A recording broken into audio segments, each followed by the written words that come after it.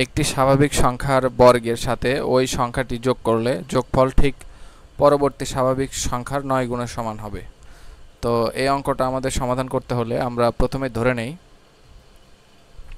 ধরি স্বাভাবিক সংখ্যাটি x,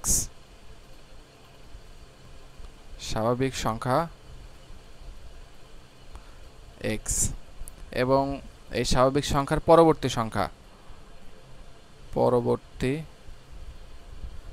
স্বাভাবিক সংখ্যা এটা হচ্ছে x plus 1।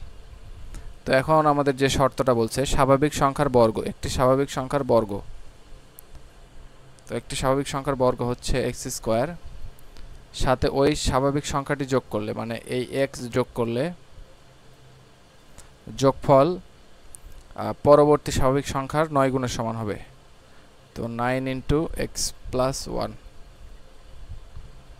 X square plus x equal to 9x plus 9। এটা হচ্ছে আমাদের একটা সমীকরণ। এই সমীকরণটা সমাধান করে x এর মান বের করতে হবে।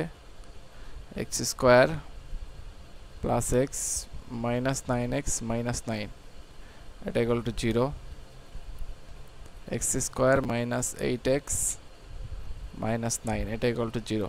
তো এটাকে যদি আমরা মিডল টার্মে ভাঙাই তাহলে সেই ক্ষেত্রে যেটা পাবো x square minus 9x plus x minus 9, middle term করলাম। এক্স কমন নিলে এক্স মাইনাস 9, এখান থেকে যদি 1 কমন নেই তাহলে এখানে পাবো এক্স মাইনাস 9 এটা ইকুয়াল টু 0। তাহলে এখান থেকে আমরা x প্লাস 1 এবং x মাইনাস 9 পাচ্ছি। তো x প্লাস 1 এটা ইকুয়াল টু 0, তো x ইকুয়াল টু মাইনাস 1, অথবা